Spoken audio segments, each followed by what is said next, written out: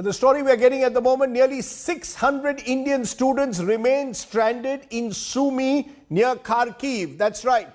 Another city where fierce fighting has broken out. And as you can see, those are images of the Indian students who are at the moment in Sumy. This is in northeastern Ukraine. Russian-Ukrainian forces are fighting for control. Students claiming Sumy is completely cut off. Students appealing now for help from government. So this is the latest area. Remember, so far, most of the students from Kiev and Kharkiv are slowly being moved to the borders and being evacuated. But there are at least 600 students from the Sumy State University who have reached out to us and spoken to us. I'll have them that conversation in a moment for you.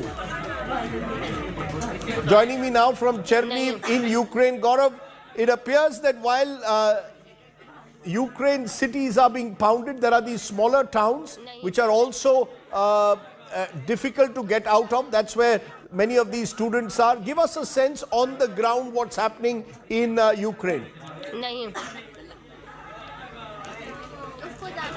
Rajdeep, the situation is extremely tense here in Ukraine as you and I speak. At one level, while 17,000 people may have moved out of this country, 17,000 Indians may have moved out, about, these figures are tentative, but about 1,000 students are still there around, in and around Kharkiv, and about between 500 and 700 still in and around Sumy, unable to get out. And there is fierce fighting being reported in both these areas. If we were to talk about Kharkiv first, Rajdeep, in Kharkiv, the Russians are now in control of many parts of Kharkiv, maybe even administrative control in times to come. They're also in control of Kherson, and in Kherson, in fact, Kherson is one area where the Russians are officially in control in the sense that it's been conceded that this southern port city is now in Russian control. It's been conceded by the mayor. In Kharkiv, there's still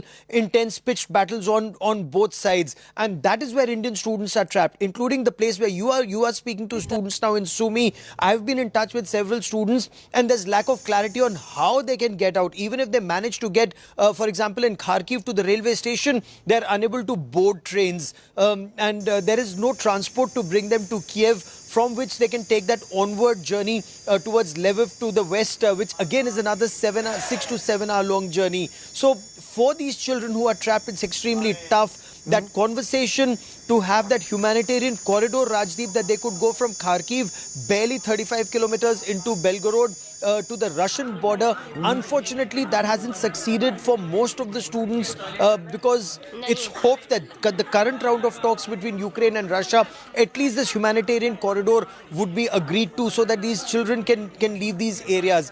Easier said than done because children are scared. There's lack of clarity. There are a lot of rumors doing the rounds. They're willing to pay exorbitant rates and yet not getting vehicles or taxis or buses, 16-seater, 17-seater Mercedes-Benz buses to take them out. None of that appears to be happening. So it is a very tense situation, and the government's advised them, the embassy here, move out in numbers when it is safer, get to Kiev, then get to Lviv and to the borders.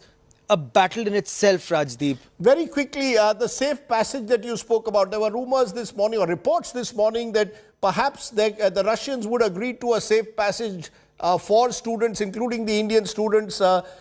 You're saying that hasn't happened as yet, am I right? Because the Prime Minister apparently spoke to the Russian President about this.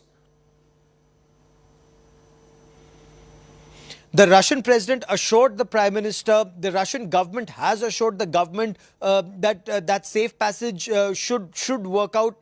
In some cases or some instances, students are saying that they're exploring that possibility or taking that possibility. But Rajdeep, the confusion remains unless both sides agree to it in a conflict situation. And that order is implemented on ground, the tense situation remains. So agreements need to be implemented on ground in terms of a humanitarian corridor being made available for two things: for evacuation of non-combatants and civilians and for medical supplies to flow in. And just now, both are extremely precarious. The situation, in fact, was also worsening here in the capital Kiev, where we are. And just a short while back, there were 6 loud explosions. We were told, of course, on the east side, the other side of the Dnieper River, which is an indication that the battle is now coming much closer to Kiev. The confusion is something that the children themselves will be telling you about. Lack of clarity, and who do they reach out to?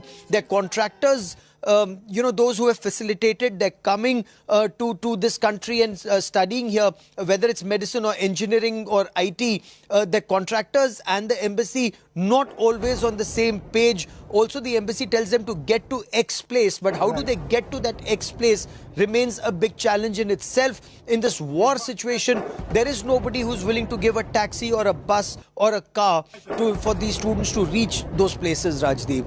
Gaurav Sawant, you stay safe there in Kiev with the very latest as the Russian forces move towards Kiev. Stay safe. Thanks very much for updating us with all those details.